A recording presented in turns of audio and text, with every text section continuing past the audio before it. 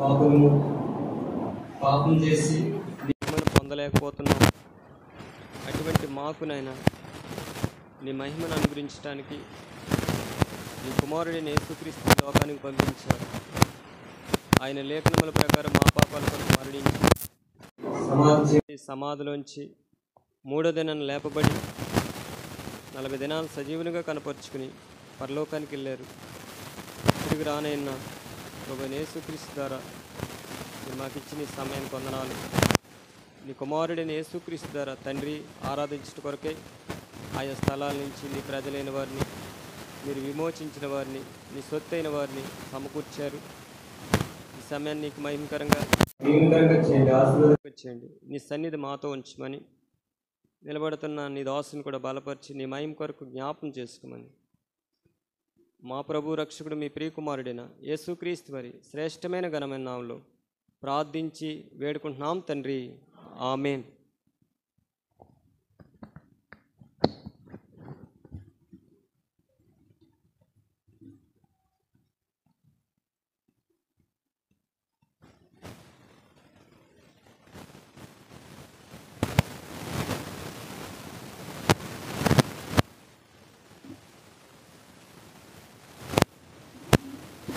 Praise the Lord. ప్రభు నామమున మీ అందరికీ శుభాభివందనాలు తెలియజేస్తున్నాను.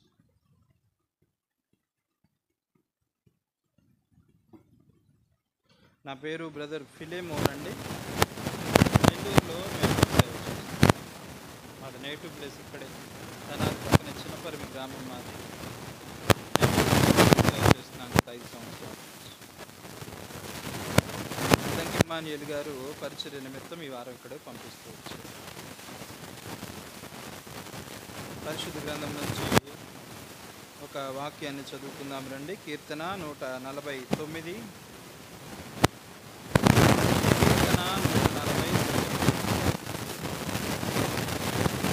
మొదటి వచనం.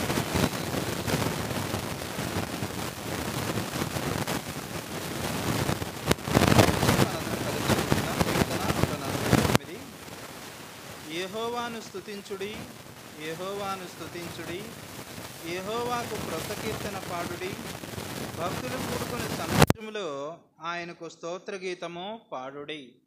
మరొక మారు అందరం కలిసి బిగ్గరగా ఈ వాక్యాన్ని చదువుదాం.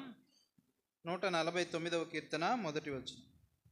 యెహోవాను స్తుతించుడి, యెహోవాను స్తుతించుడి, యెహోవాకు క్రొత్త కీర్తన పాడుడి, భక్తులు కూడుకుని సమాజంలో ఆయనకు స్తోత్రగీతము పాడుడి. దేవుని సహాయం కొరకు దేవుని వైపు చూద్దాం, చిన్న ప్రార్థన చేసుకుందాం. దయచేసి ఏకీభవించు.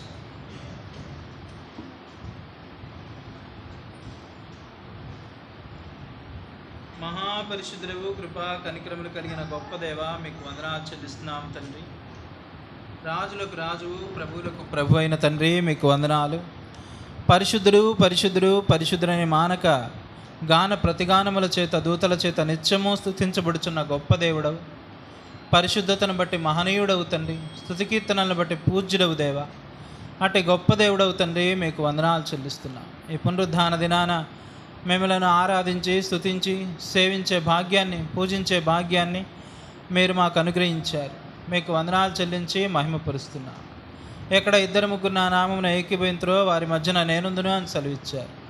అలాగ ఆత్మస్వరూపిగా మీరు మా మధ్యన సంచరిస్తున్నందుకై మీకు వందనాలు చెల్లిస్తున్నాం. ఈ ఆరాధన వర్తమానంలో అయోగ్య దాసునైన నన్ను మీ సెలవు చాటున మరుగుపరచండి. నా గొంతుకను, నా నోటిని, నా నాలుకను మీరు ముట్టండి తండ్రి. నా నోటికి తోడై ఉండండి. మీ ప్రజలమైన మాకు కావాల్సిన ఆత్మ సంబంధమైన ఆదరణను, లేఖనాల్లోని గ్రహింపును మీరు మాకు దయచేయండి.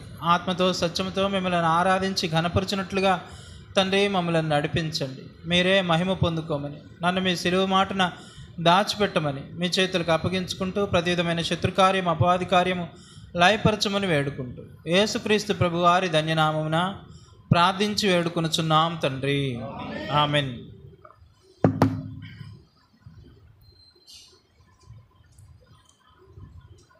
యెషయా గ్రంథము 6వ అధ్యాయంలో చూస్తాం. కొంచెం సౌండ్ తగ్గించండి. యెషయా 6వ అధ్యాయంలో మనం చూస్తాం. యెషయా కలిగిన దర్శనములో దూతలు దేవుణ్ణి ఘనపరుస్తున్నట్లుగా స్తోత్రిస్తున్నట్లుగా చూస్తాం. 6 రెక్కలు కలిగిన దూతలు ఏం చేస్తున్నారండి అక్కడ?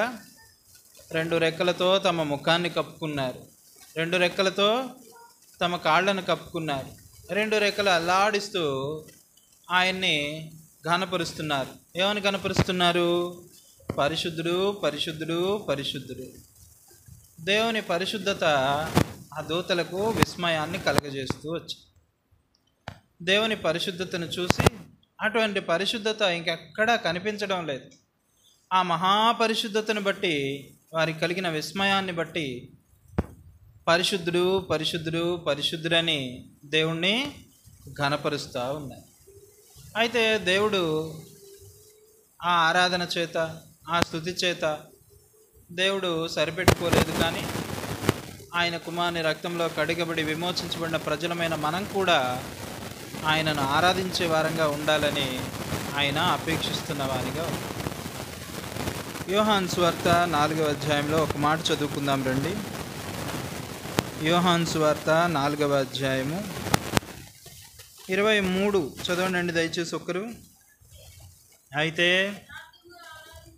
అయితే యథార్థముగా ఆరాధించువారు ఆత్మతోనూ సత్యముతోనూ తండ్రిని ఆరాధించు కాలము వచ్చుచున్నది, అది ఇప్పుడును వచ్చే ఉన్నది. తన్ను ఆరాధించువారు అట్టివారే కావాలనని తండ్రి కోరుచున్నాడు అనే దగ్గర 1 అని రాసి కింద ఫుట్ నోట్లో వ్రాయబడింది చూడండి. ఏమని వ్రాయబడింది? వెదకుచున్నాడు. God is seeking, God is searching for the worshippers. ఆత్మతోనూ సత్యముతోనూ ఆరాధించే వారి కోసం ఆయన ఏం చేస్తున్నాడంటండి?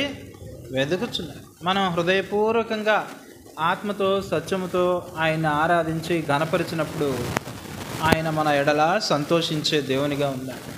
మనల్ని బట్టి ఆయన సంతృప్తి చెందే దేవునిగా ఉన్నాడు. అలాగూ దేవుని వాక్యం చేత, దేవుని ఆత్మ చేత మనం తాకబడిన వారంగా మనల్ని మనం తగ్గించుకొని ఆయనను హెచ్చించి పూజించి ఆరాధించి ఆయనను సంతోషింపజేసే వారంగా మనం ఉంటాం. భక్తులు కూడుకునే సమాజంలో ఆయనకు స్తోత్రగీతము పాడు. ఆయన పిల్లలంగా పరిశుద్ధంగా మనం కూడుకున్నాం. ఆయనకు స్తోత్రగీతం పాడి ఆయనను ఘనపరిచి ఆయనను హెచ్చించే వారంగా మనం ఉంటాం. లూకా సువార్త 9వ అధ్యాయానికి వెళ్దాం.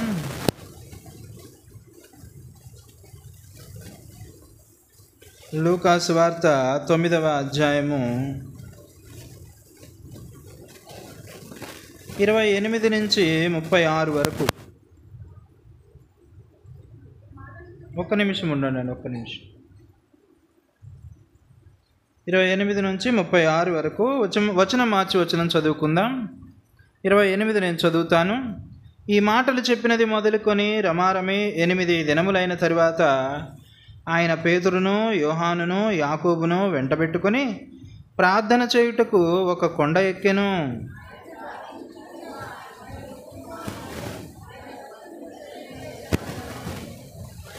మరియు 2 పురుషులు ఆయనతో మాట్లాడుచుండిరి. వారు మోషే, ఏలియా అనువారు.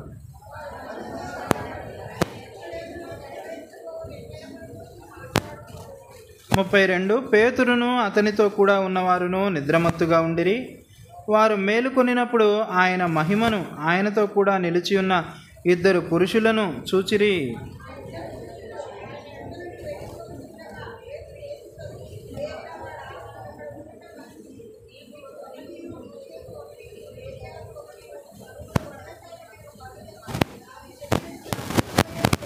ముప్పై 34 అతడు ఇలాగు మాట్లాడుచుండగా మేఘం ఒకటి వచ్చి వారిని కమ్మెను. వారు ఆ మేఘములో ప్రవేశించినప్పుడు శిష్యులు భయపడిరి.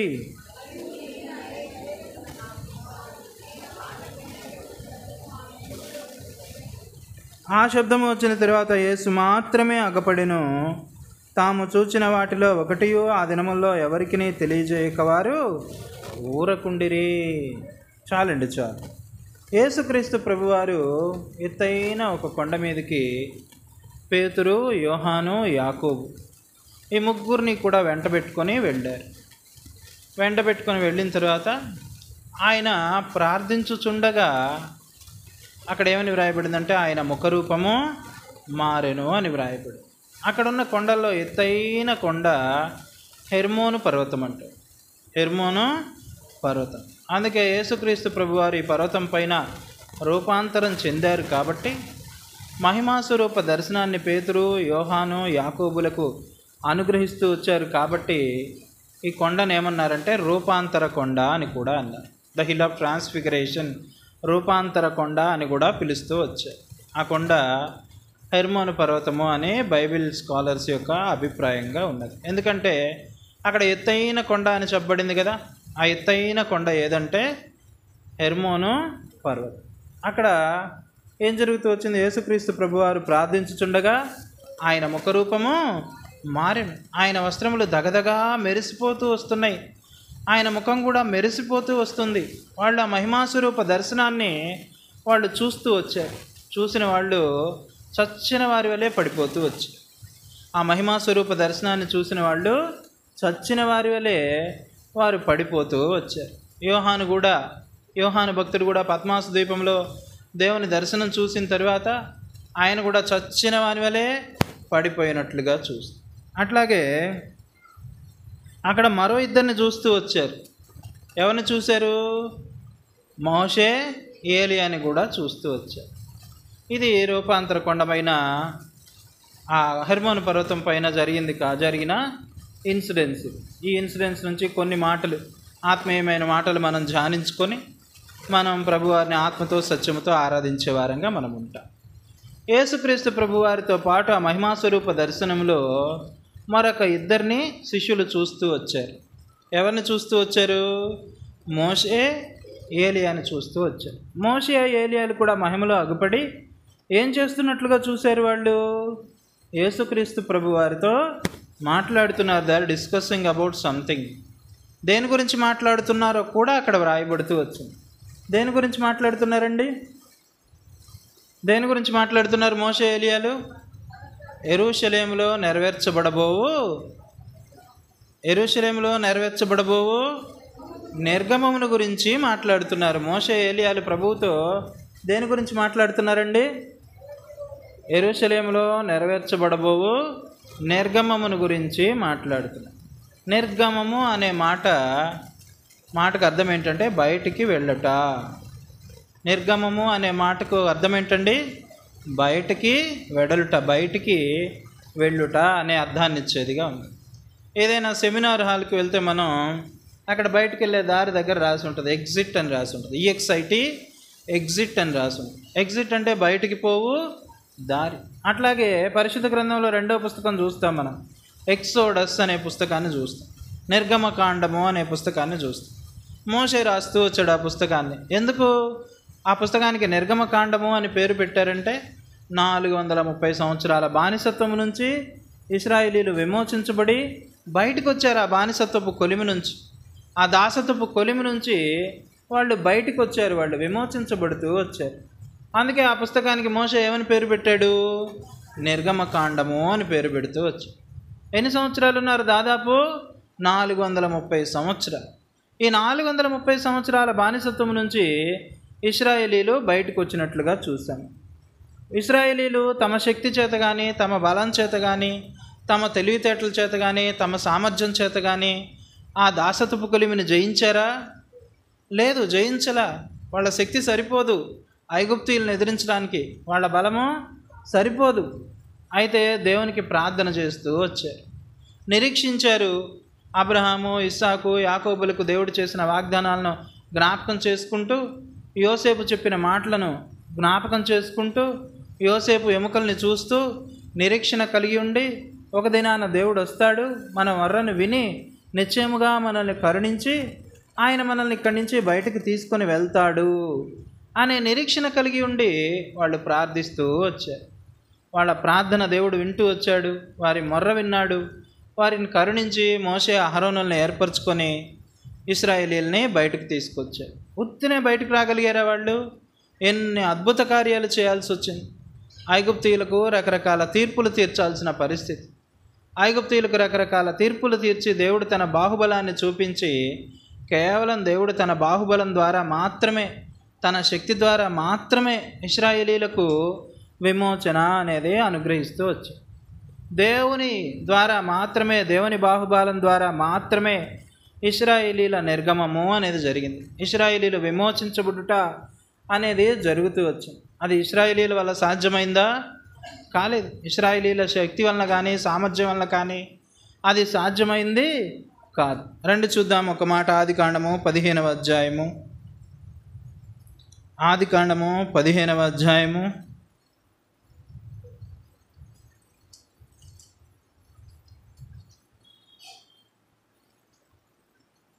14వ వచనం చదవండి. 13, 14. ఆయన నీ సంతతి వారు తమది కాని పరదేశమందు నివసించి ఆ దేశపు వారికి దాసులుగా నుందురు. వారు 400 ఏండ్లు వీరిని శ్రమ పెట్టుదురు. వీరు ఎవరికి దాసులవుదురో ఆ జనమునకు నేనే తీర్పు తీర్చుదును. తర్వాత వారు మిక్కిలి ఆశతో బయలుదేరి వచ్చెదరు. చాలండి. ఎవరికి దాసులవుదురో ఆ జనమునకు నేనే తీర్పు తీర్చదను. నేనే తీర్పు తీర్చి నేనే వాళ్ళని బయటికి తీసుకొస్తా. ఇశ్రాయేలీల నిర్గమము అనేది ఎవరి ద్వారా సాధ్యమవుతూ వచ్చిందంటే దేవుని ద్వారానే సాధ్యమవుతూ వచ్చింది. యేసుక్రీస్తు ప్రభు వారు చెప్పారు, పాపము చేయు ప్రతివాడును దానికి ఏమవుతాడంటండి? దాసుడగును.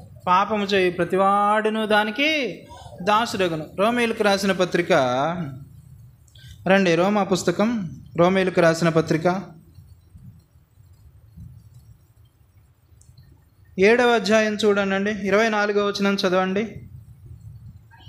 అయ్యో నేనెంత దౌర్భాగ్యుడను, ఇట్టి మరణమునకు లోనగు శరీరము నుండి నన్ను ఎవడు విడిపించును? చాలండి, చాలు. ఇక్కడ పౌలు యొక్క నిస్సహాయ స్థితి, బలహీన స్థితి ఈ అధ్యాయంలో మనం చూస్తాం. అపొస్తలుడైన పౌలు అంటాడు, నేను చెయ్యాలి అనుకున్న మంచిని నేను చేయలేకపోతున్నాను. నేను చెయ్యకూడదు అనుకున్న చెడునే నేను చేసేస్తున్నాను. అయ్యో నేనెంత దౌర్భాగ్యుడను, ఇట్టి మరణమునకు లోనకు శరీరము నుండి నన్ను ఎవడు విడిపించును? విడిపించేవాళ్ళు కనబడని పరిస్థితిలో ఉన్నట్లుగా అపొస్తలుడైన పౌలు ఈ మాటలు పలుకుతున్నట్లుగా చూస్తాం. అపొస్తలుడైన పౌలు నిస్సహాయ స్థితి, బలహీన పరిస్థితి. పౌలు అంటాడు, అయ్యో నేనెంత దౌర్భాగ్యుడను, నేను చేయాలనుకున్న మంచిని, పరిశుద్ధంగా ఉండాలనుకుంటున్నాను, మంచి చేయాలనుకుంటున్నాను, ఆ మంచి చేయలేకపోతున్నాను. అట్లా పరిశుద్ధంగా ఉండలేకపోతున్నాను. చెయ్యకూడదు, చెయ్యవద్దు అనుకున్న పాపాన్నే, ఆ కీడునే నేను మరలా చేసేవానిగా ఉన్నాను. ఇట్లా నేను పాపానికి ఎట్లా ఉన్నానంటే దాసునిగా ఉన్నాను. ఇటు మరణమునకు లోనకు శరీరానికి నేను దాసునిగా ఉన్నాను. అయ్యో నేనెంత దౌర్భాగ్యుడను, ఇట్టి మరణమునకు లోనకు శరీరము నుంచి నన్ను ఎవడు విడిపించును అని అంటున్నాను. సాధు సుందర్ సింగ్ గారండి సువార్త ప్రకటిస్తూ టిబెట్లో పర్యటిస్తూ ఉన్నారండి. పర్వత ప్రాంతాల్లో పర్యటిస్తున్నారు. తనకు కనిపించిన వాళ్ళందరికీ కూడా సువార్త చెప్తున్నారు. యేసు ప్రభువుని గురించిన ఆ సువార్తను వాళ్లకు బోధిస్తున్నవానిగా సుందర్ సింగ్ గారు ఉన్నారు. ఆయన దారింట వెళ్తుంటే ఒక సాధువు కనిపించాడండి. ఆ సాధువు ఏం చేస్తున్నాడంటే కొన్ని ముళ్ళు తీసుకొచ్చి చెట్టుకున్న ముళ్ళు తీసుకొచ్చి ఆ ముళ్ళ పైన పడుకొని తన శరీరాన్ని గాయపరుచుకుంటున్నాడంట. సుందర్ సింగ్ గారు అడుగుతూ వచ్చారంట, ఎందుకు నీ శరీరాన్ని అంతగా నువ్వే గాయపరుచుకుంటున్నావు, నువ్వే ఎందుకు అట్లా గాయపరుచుకుంటున్నావు అని అడిగారంట. అడిగితే సుందర్ సింగ్ గారికి ఆ సాధువు చెప్పాడంట, ఈ శరీరం ఉంది చూసారా, నేను ఎంత గాయపరిచినా ఎంత చెప్పినా నా మాట వినటంలా నేను చెయ్యవద్దు అన్న పాపాన్నే చేస్తాను. నేను చేయవద్దు అన్న తప్పునే మరలా చేస్తుంది. అందుకని నన్ను నేనే గాయపరుచుకుంటున్నా. ఇట్లా అయినా దానికి బుద్ధి వస్తుందేమో అని నన్ను నేనే గాయపరుచుకుంటున్నా అని చెప్పాడు. అయితే ఎంత గాయపరుచుకున్నప్పటికీ కూడా అతని పరిస్థితి ఏంటంటే మరలా తప్పు చేస్తున్న పరిస్థితి, మరలా పాపం చేస్తున్న పరిస్థితి. అయ్యో నేనెంత దౌర్భాగ్యుడను, ఇటు మరణమునకు లోనకు శరీరము నుంచి నన్ను ఎవడు విడిపించును? మన పరిస్థితి కూడా అట్లాంటిదే కదండి. కూర్చున్న మీ పరిస్థితి కానీ, నిలబడ్డ నా పరిస్థితి కానీ, మన పరిస్థితి కూడా అటువంటి దౌర్భాగ్య పరిస్థితే. అపొస్తలుడైన పౌలు కూడా దీనికి అతీతుడు కాదు. ఆ సర్వసంగ పరిత్యాగి అయిన సాధువు కూడా దీనికి అతీతుడు కాదు. అయ్యో నేనెంత దౌర్భాగ్యుడను, ఇటు మరణమునకు లోనగు శరీరం నుంచి నన్ను ఎవడ విడిపించును? ఆ సాధువు గారికి మరి ఎట్లా రక్షణ పొందాలి, ఎట్లా పాపం నుంచి విమోచించబడాలి, ఎట్లా పాప జీవితానికి దూరంగా ఉండాలి అనేది ఆ యేసుక్రీస్తు ప్రభువాన్ని గురించిన సువార్త, ఆయన మరణ భూస్థాపన పునరుద్ధానాలను గురించిన సువార్త, అదంతా కూడా మరి సుందర్ సింగ్ గారు ఆయనకి బోధిస్తూ వచ్చారండి. వెంటనే ఆ వ్యక్తి ప్రభువుని అంగీకరిస్తూ వచ్చాడు, పరిశుద్ధాత్మ ద్వారా దర్శించబడుతూ వచ్చాడు, ప్రభువుని హృదయంలోకి చేర్చుకొని పాపక్షమాపణ పొందుకుంటూ వచ్చాడు. మనము కూడా ఇలాగూ ఈ దౌర్భాగ్య స్థితి నుంచి, మనం జయించలేని నిస్సహాయ స్థితి నుంచి, మన పాపపు జీవితం, మన పాపపు శిక్ష నుంచి, మన పాపపు ప్రతిఫలం నుంచి మనల్ని విడిపించడం కొరకే యేసుక్రీస్తు ప్రభువారు మన కొరకు యెరూషలేంలో సిలువ పైన తను తాను అర్పించుకుంటూ వచ్చారు. మోషే ఏలియాలు ఈ విషయాన్ని గురించే, ఆ పాత నిర్గమం అయితే ఇశ్రాయేలీలను గురించి కానీ, ఇట్ వాజ్ అబౌట్ ఇజ్రాయలైట్స్ కానీ, ఇక్కడ ఏ నిర్గమమును గురించి మాట్లాడుతూ వచ్చారు? యెరూషలేములో నెరవేర్చబడబోవు నిర్గమము. ఇది ఎవరి గురించి? ఇది మనందరి గురించే, మన విడుదల గురించే, మన విమోచన గురించే. యెరూషలేములో సిలువ పైన ఆయన ప్రాణం పెట్టే విషయాన్ని గురించి, ఆయన రక్తాన్ని చిందించే విషయాన్ని గురించి, మనందరి విమోచన క్రయధనముగా తను తాను అప్పగించుకునే విషయాన్ని గురించి యేసుక్రీస్తు ప్రభువారితో మోషే ఏలియాలు మాట్లాడుతూ వస్తున్నారు. ఆ నిర్గమం ఎవరికి సంబంధించిందండి? మనకు సంబంధించిందే.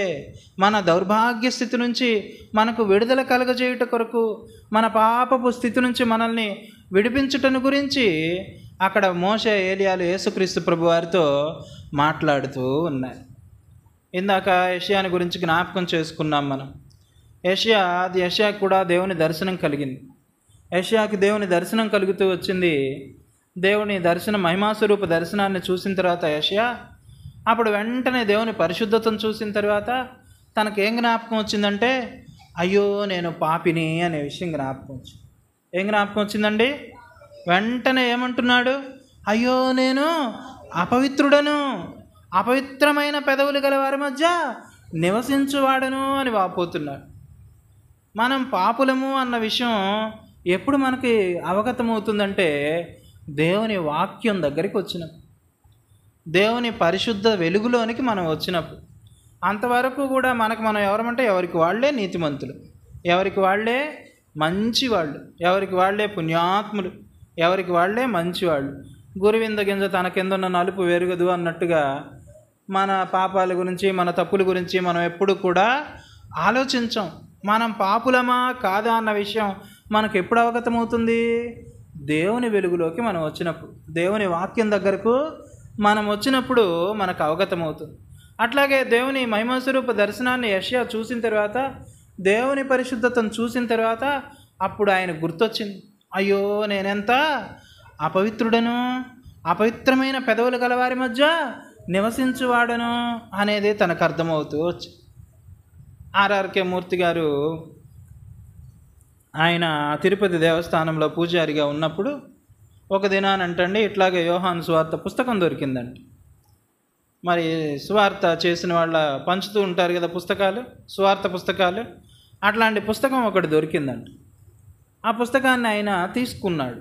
ఎందుకు తీసుకున్నాడంటే, ఇందులో ఇది చదివి ఇందులో ఉన్న తప్పులు పట్టి మరి క్రైస్తవుల్ని విమర్శించాలి, తప్పులు పట్టుకుని క్రైస్తవుల్ని విమర్శించాలని ఆ పుస్తకాన్ని తీసుకొని చదవటం ఆరంభించాడు.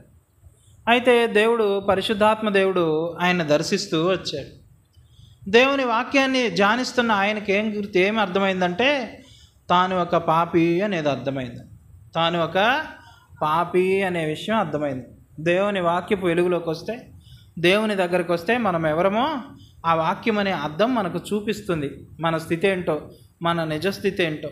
అట్లాగే అపొస్తలుడైన పౌలు కూడా, యెషయా కూడా అంటున్నాడు, అయ్యో నేనెంత అపవిత్రుడను, అపవిత్రమైన పెదవులు గల వారి మధ్య నివసించువాడు. అయితే దేవుడు అట్లా వదిలేలా, తన అపవిత్రతను అంగీకరించిన తర్వాత అపవిత్రంగానే ఉంచడానికి దేవుడు ఇష్టపడ్డా? ఇష్టపడలా. ఏం జరుగుతూ వచ్చింది? ఒక దూత పంపించబడుతూ వచ్చింది. శ్రాపులలో ఒకరు పంపించబడుతూ వచ్చారు. వచ్చిన దూత ఏం చేస్తూ వచ్చాడు? ఆ దూత ఏం చేస్తూ వచ్చాడు? ఒక కారు నిప్పు పుల్లను బలిపీఠం మీద నుంచి తీసుకొని వచ్చి అతని పెదవులకు తగిలించినట్లుగా చూస్తాం. బలిపీఠం మీద నిత్యము అగ్ని మండుచుండవలెను. బలి ఎవరిని జ్ఞాపకం చేస్తుందంటే యేసుక్రీస్తు ప్రభువాన్ని జ్ఞాపకం చేస్తుంది. ఆయన మన కోసం తను తాను బలిగా అర్పణముగా అర్పించుకొనెను. ఆ యేసుక్రీస్తు ప్రభువునందు విశ్వాసం ఉంచడం ద్వారా, మన పాపాలను మనం అంగీకరించడం ద్వారా, ఆయన మన కొరకు ప్రాణం పెట్టి సమాధి చేయబడి మనల్ని నీతిమంతులుగా తీర్చుటకై ఆయన తిరిగి లేచును అని నమ్ముట ద్వారా మనకు కూడా ఏముందంటే నీతి, విమోచన, నిర్గమము అనేది మనకు కూడా ఉన్నది. ఆ నిర్గమమును గురించి మోషే, ఏలియాలు యేసుక్రీస్తు ప్రభువారితో మాట్లాడుతున్నారు. ఒక మాట చదువుకుందాం రండి. ఎఫెసీయులకు రాసిన పత్రిక 1వ అధ్యాయము 7వ వచనం చదవండి.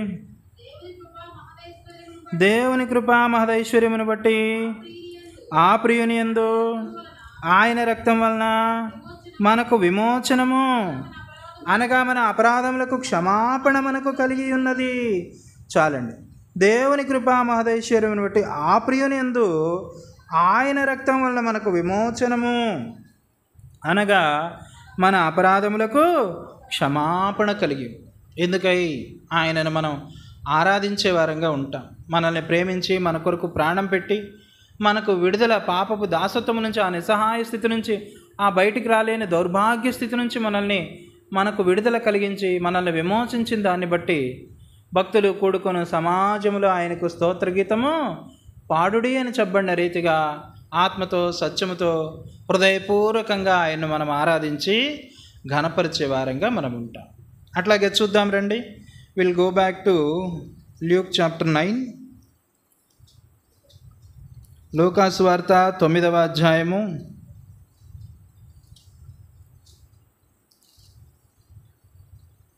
29వ వచనం చదవండి దయచేసి. ఆయన ప్రార్థించుచుండగా ఆయన ముఖరూపము మారెను, ఆయన వస్త్రములు తెల్లనివై దగదగా మెరిసెను. ఆయన ప్రార్థించుచుండగా ఏమవుతూ వచ్చిందంటండి? ఆయన ముఖరూపము మారెను, ఆయన వస్త్రములు తెల్లనివై దగదగా మెరిసెను అని వ్రాయబడుతుంది. ప్రభువారు రూపాంతరం చెందుతూ వచ్చారు. మహిమను ధరించిన వానిగా యేసుక్రీస్తు ప్రభువారు తన శిష్యులకు అగపడుతూ వచ్చారు. మహిమా స్వరూప దర్శనాన్ని ఇస్తూ వచ్చారు. మరొక సువార్తలో రాయబడింది, లోకంలో ఏ చాకలి కూడా అంత తెల్లగా చేయలేడు అంటాడు వస్త్రాలు. అట్లా దగదగా మెరుస్తూ యేసుక్రీస్తు ప్రభువారు మహిమను ధరించిన వానిగా ఆ రూపాంతర కొండపైన తన శిష్యులకు దర్శనమిస్తూ వచ్చారు. రోమీయులకు రాసిన పత్రిక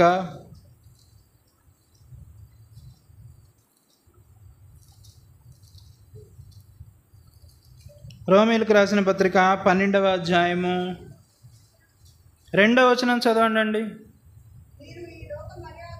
మీరు ఈ లోక మర్యాదను అనుసరింపక ఉత్తమమును అనుకూలమును సంపూర్ణమునయున్న దేవుని చిత్తమేదో పరీక్షించి తెలుసుకొనినట్లు మీ మనస్సు మారి నూతన మగుట వలన రూపాంతరము పొందుడే.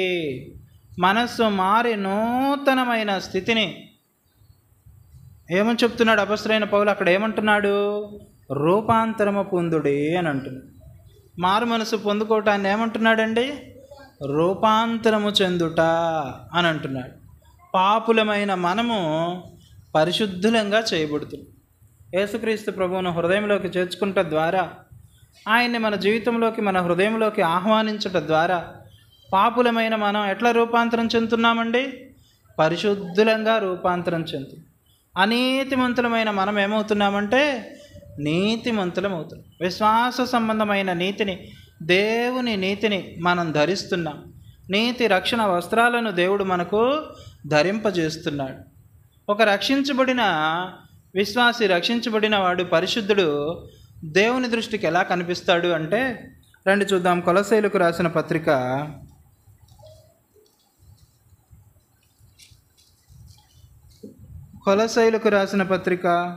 3వ అధ్యాయము 9, 10 వచనాలు చదవండి. ఒకనితో ఒకడు అబద్ధమాడకుడి, ఏలయనగా ప్రాచీన స్వభావమును దాని క్రియలతో కూడా మీరు పరిత్యజించి జ్ఞానము కలుగు నిమిత్తము దానిని సృష్టించిన వాని పోలిక చొప్పున నూతన పరచున్న నవీన స్వభావమును ధరించుకొని ఉన్నారు. చాలు. రక్షించబడిన మనము జ్ఞానము కలుగు నిమిత్తము దానిని సృష్టించిన వాని పోలిక చొప్పున నూతన పరచబడుచున్న నవీన స్వభావమును ధరించుకొని. జ్ఞానాన్ని సృష్టించింది ఎవరు? దేవుడే. దానిని సృష్టించిన వాని పోలిక చొప్పున. దేవునికి రక్షించబడిన వ్యక్తిలో, ప్రభువారి రక్తంలో కడగబడిన వ్యక్తిలో ఏం కనిపిస్తుందంటే తన పోలికే కనిపిస్తుంది. ఏం కనిపిస్తుందండి? తన పోలికే కనిపిస్తుంది. జ్ఞానము కలుగు నిమిత్తము దానిని సృష్టించిన వాని పోలిక చొప్పున నూతన పరచబడుచున్న నవీన స్వభావమును ధరించుకో. రక్షించబడిన తర్వాత ఇంక నువ్వు పాపివి కాదు, పరిశుద్ధునివి.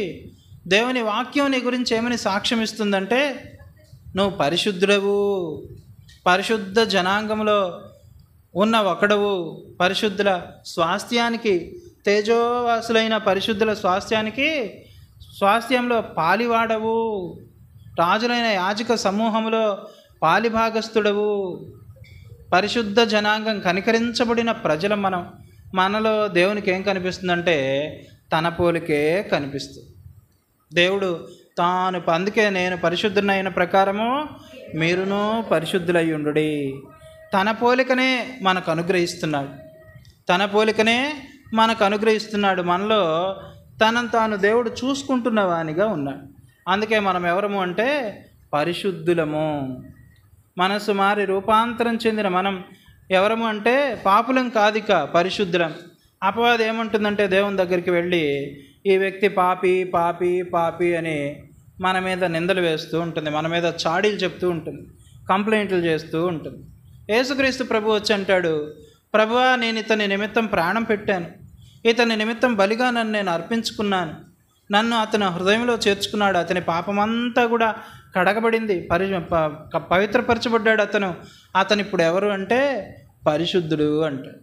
యేసుక్రీస్తు ప్రభు రక్తమందు కడగబడ్డావు కాబట్టి, నీ పాపముల నిమిత్తం ఆయన బలిగా తను తాను అర్పించుకున్నాడు కాబట్టి, ఆయన హృదయంలోకి చేర్చుకున్నావు కాబట్టి ఇప్పుడు నువ్వెవరు అంటే పరిశుద్ధుడవు అని దేవుడు సాక్ష్యం ఇస్తాడు.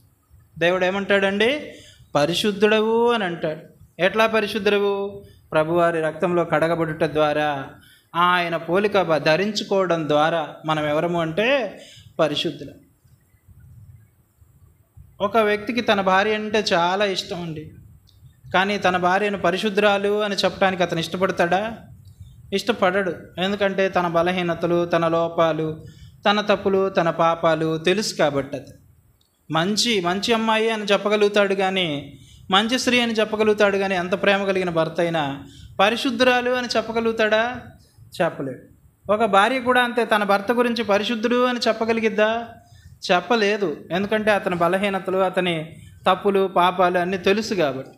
అయితే దేవుడు మనల్ని ప్రేమించిన దేవుడు మనలో తన పోలికను చూసి మనల్ని పరిశుద్ధులుగా పిలవటానికి ఇష్టపడుతుంది. సంఘము అంటే ఏంటంటే యేసుక్రీస్తు ప్రభు రక్తమందు కడగబడిన వారై పరిశుద్ధపరచబడి పరిశుద్ధముగా ఉండటకు పిలవబడినవారు. 1 కొరింథీ 1 అధ్యాయంలో చూస్తాం మనం. అక్కర్లేండి, తీయకండి.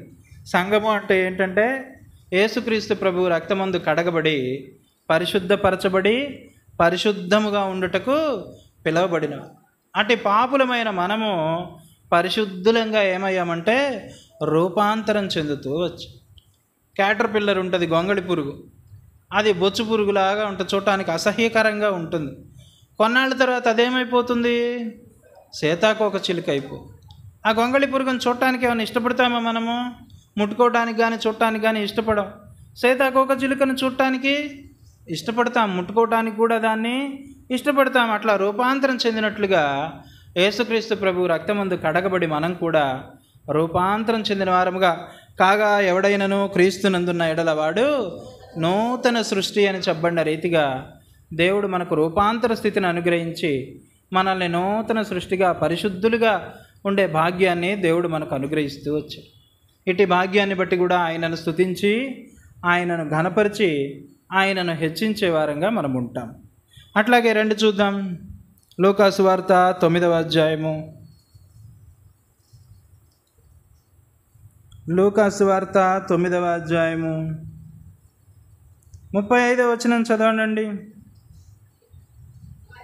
మరియు ఈయన నేను ఏర్పరచుకొని నా కుమారుడు, ఈయన మాట వినుడని ఒక శబ్దము ఆ మేఘములో నుండి పుట్టెను.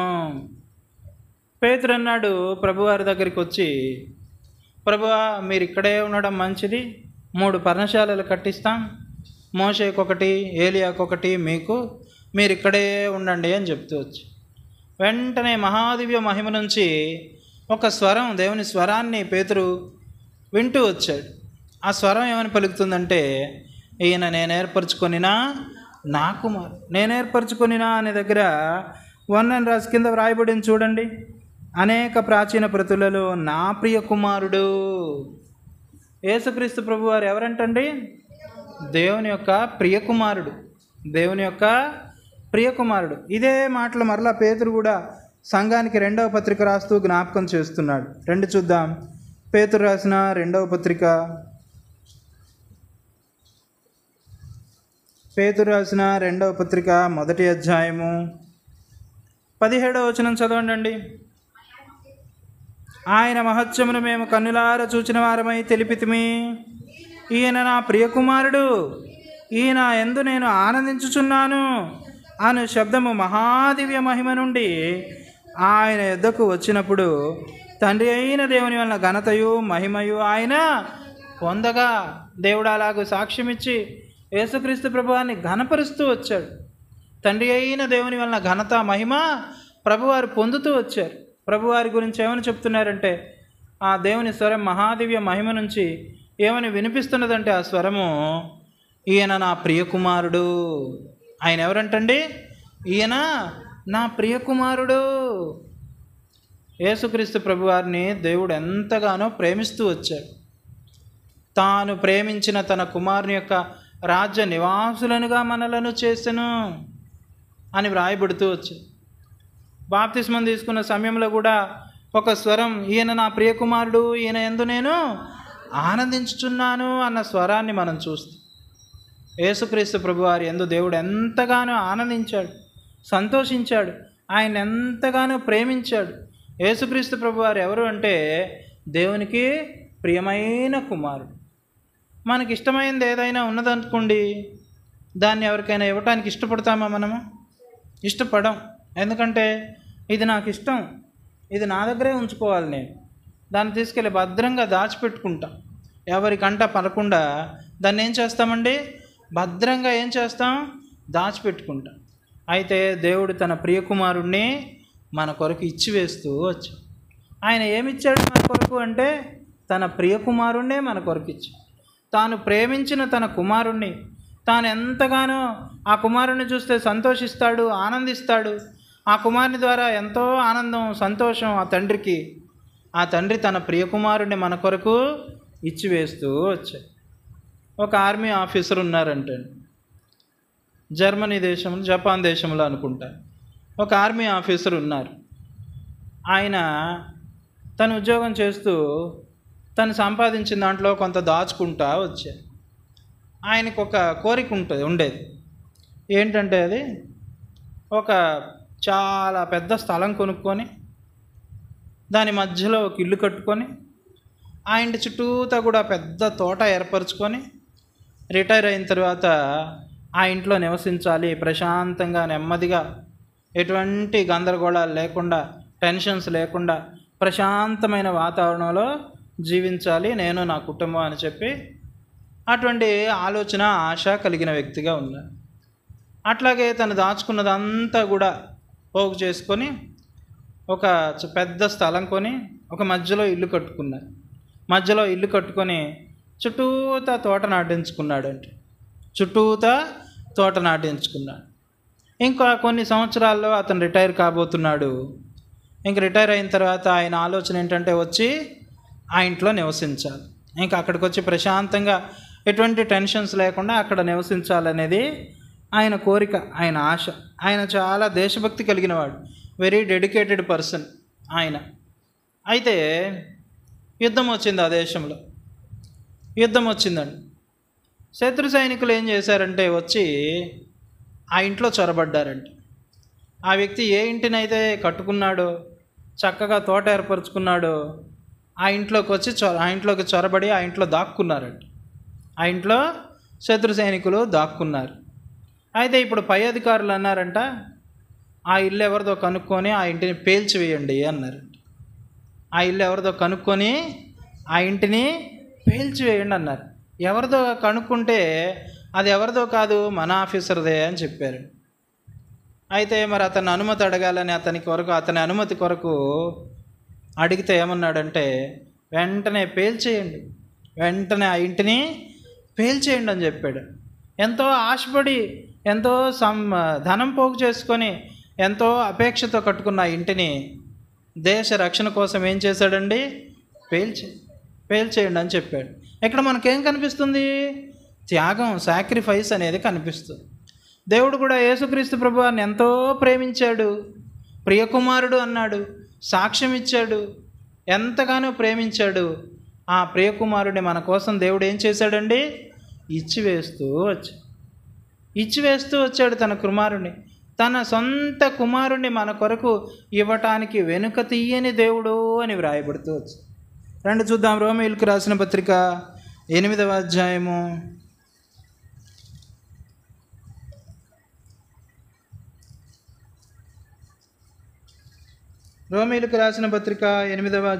32 చదవండి. తన సొంత కుమారుని అనుగ్రహించుటకు వెనుక తీయక మన అందరి కొరకు ఆయనను అప్పగించినవాడు ఆయనతో పాటు సమస్తమును మనకెందుకు అనుగ్రహింపడు? అపొస్తలుడైన పౌలు రోమీయులకు రాస్తూ అంటున్నాడు, తన సొంత కుమారుణ్ణి, తాను ప్రేమించిన కుమారుణ్ణి, తన ప్రియ కుమారుణ్ణి మన కొరకు ఇవ్వటానికి వెనుక తీయని దేవుడు, మన కొరకు అప్పగించటానికి వెనుక తీయని దేవుడు మన కొరకు సమస్తమును ఆయనతో పాటుగా ఎందుకు అనుగ్రహింపడు? ఆయన ఇవ్వటమే కాదు, మన కొరకు ఆయనతో పాటు సమస్తాన్ని కూడా మనకు అనుగ్రహించే దేవునిగా ఉన్నాడు. మన అవసరతలు, అక్కర్లు మనం అడగకముందే ఆయనకు తెలుసు అంటాడు. He had a provision for us. How to provide అనేది, మనకు ఎలా సమకూర్చాలి అనేది దేవునికి ఒక ప్లానింగ్ ఉంది, ఒక ప్రణాళిక ఉంది. మీరు మొదట నా రాజ్యంలో నీతిని వెదకుడి, అప్పుడు అవన్నీ మీకు అనుగ్రహింపబడును. మీరు అడగక మునిపే మీకు అవసరతగా ఉన్నవేవో, మీకు అక్కరగా ఉన్నవేవో అన్నీ కూడా నాకు తెలియను. సొంత కుమారుణ్ణి వేయటానికి వెనుక తీయని దేవుడు ఆయనతో పాటుగా సమస్తాన్ని కూడా మనకు అనుగ్రహించేది. తన మహిమైశ్వర్యత చొప్పున మన అవసరతలు, అక్కర్లన్నీ కూడా తీర్చే దేవుడు. ఈ హోసన్న మినిస్ట్రీస్ వ్యవస్థాపకుడు ఏసన్న గారు ఉన్నారు కదా, ఒక దినాన గుంటూరు ప్రాంతంలో, రెడ్డిపాలెం ప్రాంతంలో దారి వెంట వెళ్తూ ఉన్నారండి. దారి వెంట వెళ్తూ ఉంటే అక్కడ పక్కన బజ్జీలు వేస్తున్నారంట. బజ్జీలు వేస్తుంటే అవి చూడగానే తినాలనిపించిందంట. చూడగానే తినాలనిపించింది. ఇట్లా జేబులు తడుముకుంటే ఒక పైసా కూడా లేదు జేబులో, ₹1 కూడా లేదు జేబులో. ముందుకు వెళ్తూ ఉన్నారు. కొంచెం ముందుకు వెళ్ళంగానే ఒక వ్యక్తి ఏసన్న గారిని చూసి గుర్తుపట్టి, అయ్యా మా పశువుకి ఆరోగ్యం బాగోలేదు, పాలు ఇవ్వడం లేదు సరిగ్గా, వచ్చి చెయ్యేసి ప్రార్థన చేయండి అయ్యా అని అడిగాడు. సరే ఏసన్న గారు వెళ్ళారు, చెయ్యి వేసి ఆ పశువు నిమిత్తం ప్రార్థన చేయంగానే ఆ వ్యక్తి అన్నాడంట, అయ్యా ఇక్కడే కూర్చోండి, ఇప్పుడే వస్తాను, ఇక్కడే కూర్చోండి అని కూర్చోబెట్టాడంట.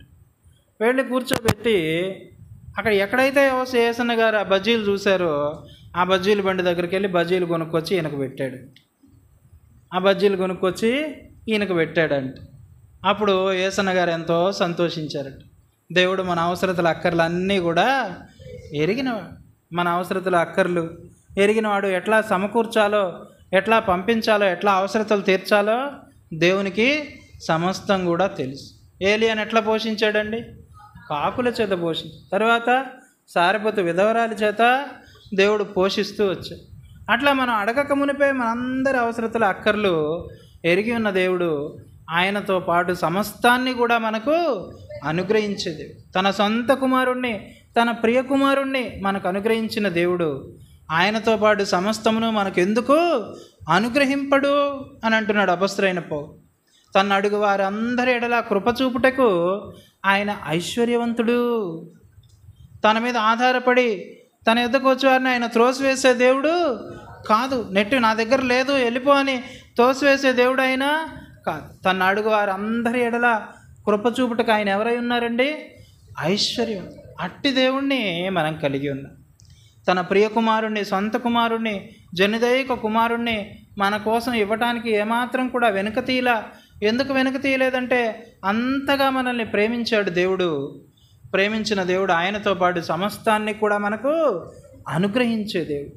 ఆయనతో పాటు సమస్తమును మనకు ఎందుకు అనుగ్రహింపడు అని అంటున్నాడు అపొస్తలుడైన పౌలు. అట్టి దేవుణ్ణి మనం కలిగి ఉన్నాం. అట్టి దేవుణ్ణి హృదయపూర్వకముగా భక్తులు కూడుకొని సమాజంలో ఆయనకు స్తోత్రగీతము పాడుడి అని చెప్పబడిన రీతిగా ఆయనను ఆరాధించి ఘనపరిచే వారంగా మనం ఉంటాం. మరొక మాట ధ్యానం చేసుకొని మనం ఆరాధనలోనికి ప్రవేశిస్తాం. రండి, లూకాసు వార్త 9వ అధ్యాయము. లూకాసు వార్త 9వ అధ్యాయము 29 మరలా చదవండి దయచేసి. ఆయన ప్రార్థించుచుండగా ఆయన ముఖరూపము మారెను, ఆయన వస్త్రములు తెల్లనివై దగదగా మెరిసెను. చాలు. యేసుక్రీస్తు ప్రభువారు రూపాంతరం చెందారు. మహిమాస్వరూప దర్శనాన్ని కొద్దిసేపు తన శిష్యులకు అనుగ్రహిస్తూ వచ్చారు.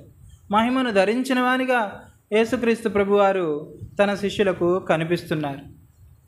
ఆయన రూపాంతర కొండపైన ఏ మహిమను ధరించారో, ఎట్టి మహిమాస్వరూప దర్శనంలో కనిపిస్తున్నారో ఆ మహిమను మనకు కూడా ఒక దినాన అనుగ్రహించే దేవుడు ఆయన. మనకు కూడా ఒక దినాన అనుగ్రహించే దేవుడు ఆయన. ఆదాము అవ్వలు ఉన్నారు, దేవుని చేత చేయబడుతూ వచ్చారు. మరి దేవునితో సహవాసాన్ని కలిగి ఉన్నారు ఏదైనా వనంలో. చాలా సంతోషకరమైన జీవితం వారిది, చాలా ఆనందకరమైన జీవితం వాళ్ళది. అయితే వాళ్ళు సిగ్గు ఎరుగని వాళ్ళుగా ఉన్నారు. ఎట్లా ఉన్నారండి? తాము దిగంబర్లము అనే విషయము తమకు తెలియదు. సిగ్గు అనేది తెలియదు. ఎందుకు తెలియదు? ఎందుకు తెలియదు అంటే వాళ్ళు దేవుని మహిమను ధరించి ఉన్నారు. వాళ్ళు దేవుని మహిమను ధరించి ఉన్నారు. దేవుని చేత చేయబడ్డారు, దేవుని మహిమను ధరించి ఉన్నారు. ఎప్పుడైతే తప్పు చేశారో, పాపం చేశారో, ఆ తినవద్దన్న పండు తిన్నారో ఆ మహిమ అప్పుడు వాళ్ళని విడిచిపెట్టింది. తాము దిగంబర్లము అనే విషయం వాళ్ళకి అర్థమవుతూ వచ్చింది. వాళ్ళు సిగ్గు కలిగిన వాళ్ళుగా ఉంటూ వచ్చారు. వాళ్ళు సిగ్గు కలిగిన వాళ్ళుగా వచ్చారు. ఆదాము అవ్వలు ఆ దినాన తినవద్దన్న పండు తిని దేవుని మహిమను పోగొట్టుకుంటూ వచ్చారు. దేవుని మహిమను పోగొట్టుకుంటూ వచ్చారు. ఆ ఆదాము అవ్వలు పోగొట్టుకున్న ఆ మహిమను దేవుడు ఒక దినాన మనకు ధరింప చేయాలని ఆ రూపాంతర కొండపైన ఎట్టి మహిమ కలిగిన వానిగా ఉన్నాడో, అలాగే మరి ఆ పునరుద్ధానుడైనప్పుడు ఎట్టి మహిమను ధరించిన వానిగా యేసుక్రీస్తు ప్రభువారు శిష్యులకు, మగ్దలేని మరియకు అగుపిస్తూ వచ్చారో అట్టి మహిమను మనకు కూడా ధరింప చేయాలనేది దేవుని యొక్క ఉద్దేశ్యము. రండి చూద్దాం, దేవుని వాక్యములో చూద్దాం. మనం కొరింథీయులకు రాసిన మొదటి పత్రిక 15వ అధ్యాయము. కొరింథీయులకు రాసిన మొదటి పత్రిక 15వ అధ్యాయము 22, 23 చదవండి. ఆదామునందు అందరూ ఎలాగ మృతి పొందుచున్నారో అలాగున్నే క్రీస్తునందు అందరూ బ్రతికింపబడుదురు. ప్రతివాడును తన తన వరుసలోనే బ్రతికింపబడును. ప్రథమ ఫలము క్రీస్తు, తర్వాత క్రీస్తు వచ్చినప్పుడు ఆయన వారు బ్రతికింపబడుదురు. ఒక దినాన మనం బ్రతికింపబడతామంట. తమ తమ వరుసలోనే ప్రథమ ఫలముగా యేసుక్రీస్తు ప్రభువారు మరణాన్ని జయించి తిరిగి లేస్తూ వచ్చారు. ఒక దినాన మనం కూడా తిరిగి లేపబడతాం. లేపబడినప్పుడు ఏ శరీరాన్ని ధరించుకున్న వారంగా ఉంటాం? మహిమ శరీరాన్ని ధరించిన వారంగా మనం ఉంటాం. రండి చూద్దాం. కొరింథీయులకు రాసిన మొదటి పత్రిక 15వ అధ్యాయము 42, 43 చదవండి. మృతుల పునరుద్ధానమును అలాగే శరీరము క్షయమైనదిగా విత్తబడి అక్షయమైనదిగా లేపబడును, ఘనహీనమైనదిగా విత్తబడి మహిమ గలదిగా లేపబడును, బలహీనమైనదిగా విత్తబడి బలమైనదిగా లేపబడును. ప్రకృతి సంబంధమైనది శరీరముగా విత్తబడి ఆత్మ సంబంధమైన శరీరముగా లేపబడును. ప్రకృతి సంబంధమైన శరీరం ఉన్నది గనుక ఆత్మ సంబంధమైన శరీరము కూడా ఉన్నది. ఘనహీనమైనదిగా విత్తబడి మహిమ గలదిగా లేపబడును. ఒక దినాన లేపబడతాం, ఒక దినాన తిరిగి బ్రతికింపబడతాం. యేసుక్రీస్తు ప్రభువారి రాకడలో పాలుపంపులు పొందేవారంగా ఉంటాం. అప్పుడు ఏ శరీరాన్ని ధరించిన వారంగా ఉంటామంటే ఆ రూపాంతర కొండపైన ప్రభువారు ఏ మహిమ శరీరాన్ని ధరించారో ఆ మహిమను ధరించిన వారంగా మనం కనిపిస్తాం. ఆదాము అవ్వల ఏదైనా వనంలో ఏ మహిమనైతే పోగొట్టుకున్నారో ఆ మహిమను యేసుక్రీస్తు ప్రభువారు మనకు ధరింపజేసే వానిగా ఉన్నాడు. ఒక దినాన రూపాంతర కొండపైన ఎట్టి మహిమ కలిగి ఉన్నారో అట్టి మహిమ మనకు కూడా ఒక దినాన అనుగ్రహించబడుతుంది. ఇంకొక మాట చదువుకుందాం రండి.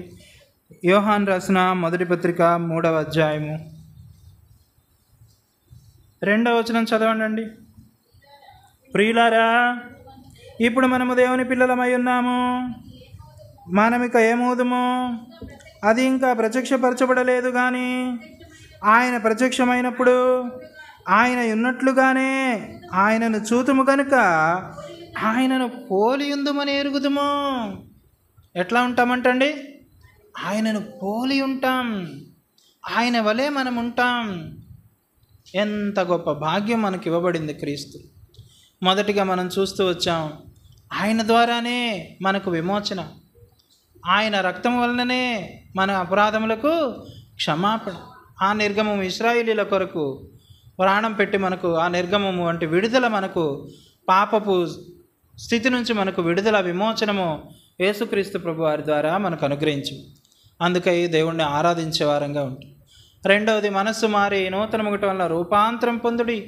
దేవుడు తన పోలికను మనకు అనుగ్రహిస్తున్నాడు, పరిశుద్ధులనుగా మనల్ని చేస్తూ వచ్చాడు. అందుకే నూతన సృష్టిగా మనల్ని చేసిన దాన్ని బట్టి ఆయనను ఆరాధించే వారంగా మనం ఉంటాం. మూడవదిగా చూస్తూ వచ్చాం, తన ప్రియకుమారుణ్ణి మనకిచ్చాడు. ఆయనతో పాటు సమస్తమును మనకు ఎందుకు అనుగ్రహింపడు? సమస్తాన్ని కూడా మనకు అనుగ్రహించే దేవుడు, మన అవసరతల అక్కర్లన్నీ కూడా ఆయన తీర్చే దేవుడు, తన మహిమైశ్వరతను మనకిచ్చే దేవుడు. అలాగూ తన మహిమలో మనల్ని పాలిభాగస్తులుగా చేసే దేవుడు, ఒక దినాన మనకు కూడా మహిమను ధరింపజేసే దేవుడు. ఇటు గొప్ప దేవుణ్ణి మనం హృదయపూర్వకంగా ఆత్మతో సత్యముతో ఆరాధించి యెహోవాను స్తుతించుడి, ఆయనను స్తుతించుడి, కృతజ్ఞతన పాడుడి, భక్తులు కూడుకొని సమాజములో ఆయనకు స్తోత్రగీతము పాడుడి అని చెప్పబడిన రీతిగా ఆయనను స్తుతించి ఆరాధించి ఘనపరిచే వారంగా మనం ఉంటాం. దేవుడు సహాయం చేసి నడిపించునుగాక. ఆమేన్.